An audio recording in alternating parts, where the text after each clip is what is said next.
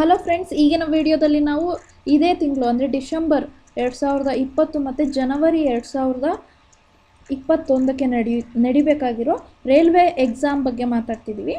ಏನಾದರೂ ಸ್ವಲ್ಪ ಸಿಲೆಬಸ್ ಅಥವಾ ಏನಾದರೂ ಕಾನ್ಸೆಪ್ಟ್ಗಳು ಮರ್ತೋಗಿದ್ರೆ ರಿವೈಸ್ ಮಾಡ್ಕೋಬೋದು.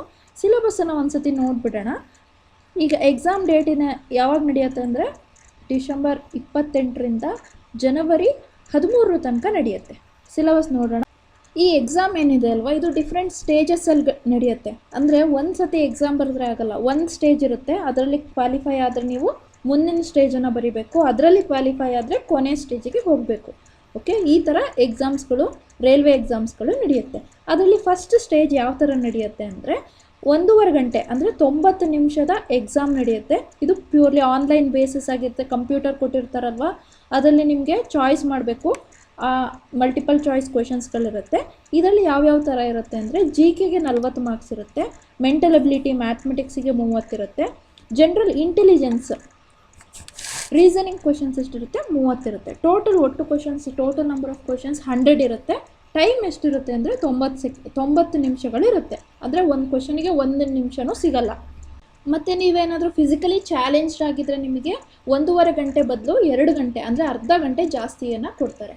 ಓಕೆ, ಈಗ ನೀವು ಆನ್ಸರ್ ಮಾಡಬೇಕಲ್ಲ, ಇದಕ್ಕೆ ನೆಗೆಟಿವ್ ಮಾರ್ಕಿಂಗ್ ಇರುತ್ತೆ. ಸುಮ್ಮನೆ ನಾವು ಟಿಕ್ ಹಾಕಿದ್ರೆ ಏನಾಗುತ್ತೆ, ತಪ್ಪಾಗ್ಬಿಡುತ್ತೆ. ಯಾಕೆಂದರೆ ಇದು ಒಂದು ಮಾರ್ಕ್ ಎಷ್ಟು 1/3 ಅಷ್ಟು ಮಾರ್ಕ್ಸನ್ನು ಕಟ್ ಮಾಡ್ತಾ ಹೋಗ್ತಾರೆ. ಹಾಗಾಗಿ ಕೇರ್ಫುಲ್ಲಾಗಿರಬೇಕು. ಮತ್ತು ಫಸ್ಟಿಂದು ನಮಗೆ ಮ್ಯಾಥಮೆಟಿಕ್ಸ್, ಫಸ್ಟ್ ಸಬ್ಜೆಕ್ಟು ಮ್ಯಾಥ್ಸ್ ಅಂದರೆ ಆ್ಯಪ್ಟಿಟ್ಯೂಡ್ ಅಥವಾ ಮೆಂಟಲ್ ಎಬಿಲಿಟಿ ಅಂತಲೂ ಹೇಳ್ತೀವಿ. ಅದರಲ್ಲಿ ನಮಗೆ number system, decimals, fractions, LCM HCF, age ಎಷ್ಟಾಯಿತು, ಇಷ್ಟು ಜನ ಇದ್ದರು, ಎಷ್ಟು ಕೆಲಸ ಮಾಡಿದರು, ಇಷ್ಟು ದೂರ ಇದೆ, ಪ್ರಾಫಿಟ್ ಎಷ್ಟಾಯಿತು, ಲಾಸ್ ಎಷ್ಟಾಯಿತು, ಈ ಥರ ಕ್ವಶನ್ಸನ್ನು ಜಾಸ್ತಿ ಕೇಳ್ತಾರೆ.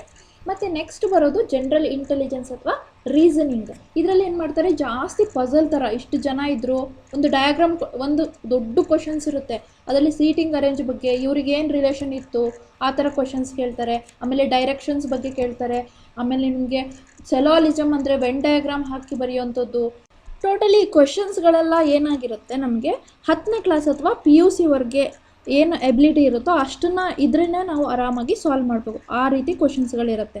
ನೆಕ್ಸ್ಟು ಜನರಲ್ ಇಂಟೆಲಿಜೆನ್ಸ್ ಆದಮೇಲೆ ಜನರಲ್ ಅವೇರ್ನೆಸ್ ಅಂದರೆ GKಯಲ್ಲಿ ಏನಾಗುತ್ತೆ, ಜಾಸ್ತಿ ಕರೆಂಟ್ ಇವೆಂಟ್ಸ್ನ ಕೇಳ್ತಾರೆ.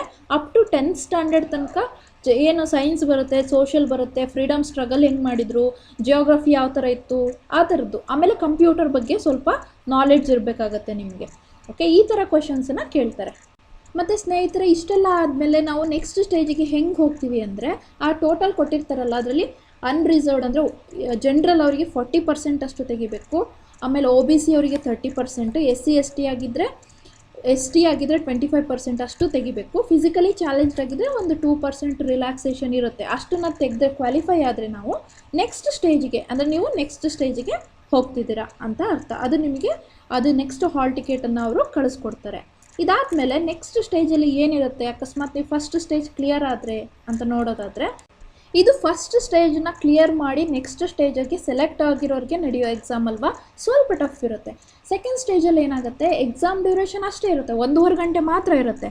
ಆದರೆ ನಂಬರ್ ಆಫ್ ಕ್ವಶನ್ಸ್ ಎಷ್ಟಾಗುತ್ತೆ, 120 ಆಗುತ್ತೆ. ಫಸ್ಟ್ ಸ್ಟೇಜಲ್ಲಿ ನಮಗೆ 100 ಇತ್ತು, ಇದರಲ್ಲಿ 120 ಆಗುತ್ತೆ. ಅಂದರೆ GK 50 ಆಗುತ್ತೆ, ಆ್ಯಪ್ಟಿಟ್ಯೂಡ್ ಅಥವಾ ಮೆಂಟಲ್ ಎಬಿಲಿಟಿ 35ಕ್ಕೆ ಬರುತ್ತೆ, ಜನರಲ್ ಇಂಟೆಲಿಜೆನ್ಸ್ ಮತ್ತು ರೀಸನಿಂಗ್ 35 ಕ್ವಶನ್ಗಳು ಬರುತ್ತೆ. ಇದು ಸೆಕೆಂಡ್ ಸ್ಟೇಜಲ್ಲಿ ನಡೆಯುವಂಥ ಎಕ್ಸಾಮ್. ಓಕೆ, ಇದರಲ್ಲೂ ಕೂಡ ನೆಗೆಟಿವ್ ಮಾರ್ಕಿಂಗ್ ಇರುತ್ತೆ. ಸೇಮ್ ಅದೇ ಥರ ಫಸ್ಟ್ ಸ್ಟೇಜ್ ಥರನೇ ಇರುತ್ತೆ. ಬಟ್ ಏನು ಅಂದರೆ ಇದಕ್ಕೆ ಟೈಮನ್ನು ಅಷ್ಟೇ ಇಡ್ತಾರೆ, ನಂಬರ್ ಆಫ್ ಕ್ವಶನ್ಸನ್ನು ಜಾಸ್ತಿ ಮಾಡ್ತಾರೆ. Next stage. ಓಕೆ, ಇದಾದಮೇಲೆ ಇದು ಕ್ಲಿಯರ್ ಆದಮೇಲೆ ನಿಮಗೇನಾಗುತ್ತೆ, ಟೈಪಿಂಗ್ ಟೆಸ್ಟ್ ಇರುತ್ತೆ. ಅದರಲ್ಲಿ ನೀವು ಕ್ಲಿಯರ್ ಆದರೆ ಏನಾಗುತ್ತೆ, ನೆಕ್ಸ್ಟ್ ನಿಮಗೆ ರೆಕ್ರೂಟ್ಮೆಂಟ್ ಪ್ರೋಸೆಸ್ ಆಗುತ್ತೆ. ಓಕೆ, ಇದಕ್ಕೆ ರಿಲೇಟೆಡ್ ನಿಮಗೆ ವೀಡಿಯೋಸ್ಗಳು ಸಬ್ಜೆಕ್ಟ್ ರಿಲೇಟೆಡ್ ಒಂದ್ಸತಿ ಓದಲಿಕ್ಕೆ ಬೇಕಾದರೆ ನಿಮಗೆ ಈ ಲಿಂಕಲ್ಲಿ ಸಿಗುತ್ತೆ. ಓಕೆ, ಸಿಲೆಬಸ್ ಏನೂ ಚೇಂಜ್ ಆಗಿಲ್ಲ. ನೀವು ಕ್ವಿಕ್ಕಾಗಿ ಕ್ಲಾನ್ಸ್ ಮಾಡಿ ಸ್ವಲ್ಪ ನೆನ್ಪಿಟ್ಕೊಂಡು ಹೋಗ್ಬೋದು. ಮತ್ತು ಈ ವಿಡಿಯೋನ ಶೇರ್ ಮಾಡಿ, ಸಬ್ಸ್ಕ್ರೈಬ್ ಮಾಡಿ, ಲೈಕ್ ಮಾಡೋದನ್ನು ಮರಿಬೇಡಿ. ಇದೇ ರೀತಿ ಅಪ್ಡೇಟ್ಸ್ಗೆ ಸಬ್ಸ್ಕ್ರೈಬ್ ಮಾಡೋದನ್ನು ಮರಿಬೇಡಿ. ಮತ್ತು ನಾಳೆಯಿಂದ ಏನಾಗುತ್ತೆ, ನಿಮಗೆ 24 ಡಿಸೆಂಬರಿಂದ ಹಾಲ್ ಟಿಕೆಟ್ ಬಿಡ್ತಾ ಇದ್ದಾರೆ. ಅದನ್ನು ಡೌನ್ಲೋಡ್ ಮಾಡಿ ಇಟ್ಕೊಳ್ಳಿ. ಜಾಸ್ತಿ ದಿವಸ ಓಪನ್ ಇರಲ್ಲ. ನೀವು ಕರೆಕ್ಟಾಗಿ ಎಕ್ಸಾಮ್ ಸಿಟಿ ತಗೊಂಡು ಅಲ್ಲಿಗೆ ಹೋಗಿ ಎಕ್ಸಾಮ್ಸನ್ನು ಚೆನ್ನಾಗಿ ಮಾಡಿ. All the best.